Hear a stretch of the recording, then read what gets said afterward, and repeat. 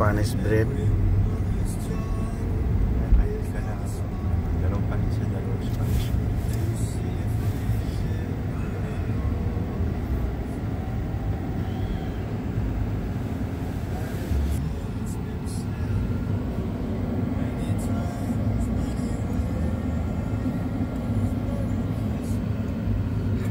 Ano yung design niya? Modern na rin. Oo. Bago lang yun. Bagong labas lang ito siguro. Bagong labas. Number 9. Ah, yun pala ang ano. Basta 9 bago. O, tignan mo to. 7 luma. Pataas na pataas pala yan.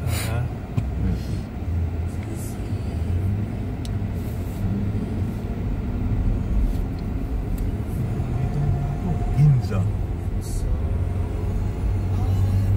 Gibson. Foggy morning.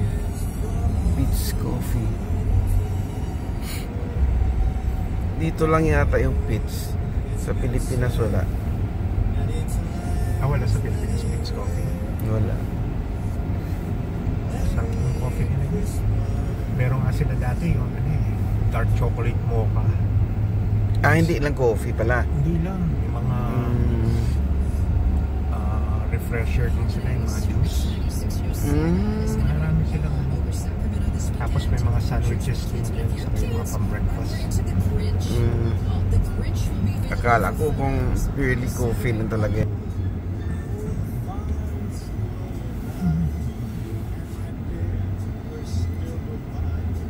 Pet hospital lang. Ang laki. Yan ang ano nila, clinic nila kamo. Diyan po sila dinadala pag may sakit. hindi lang may injection. sakit. Ano yung check-up nila. Every 6 months meron sila check. Every 6 months din, para tao din.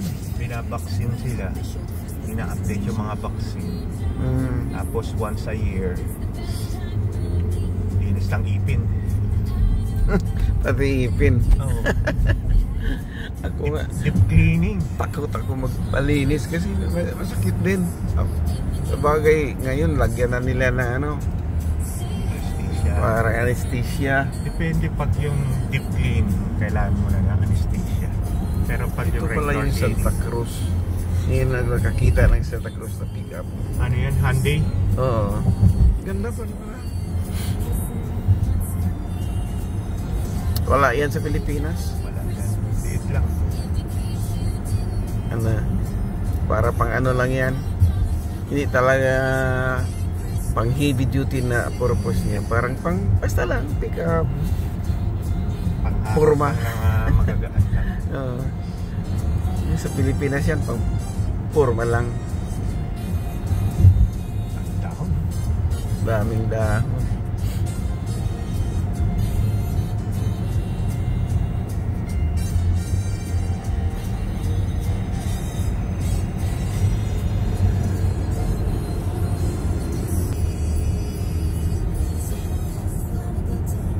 Santa Cruz pick up. Yun ang model niya. Santa Cruz. Pero gawa ng Hyundai. Hindi, oh.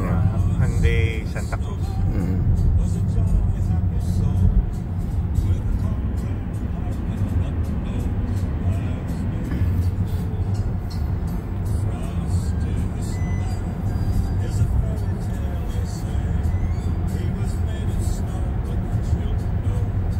Pero dito na yan ginawa, no? Hindi na sa Korea. Yung mga parts niya galing Korea siguro. Tapos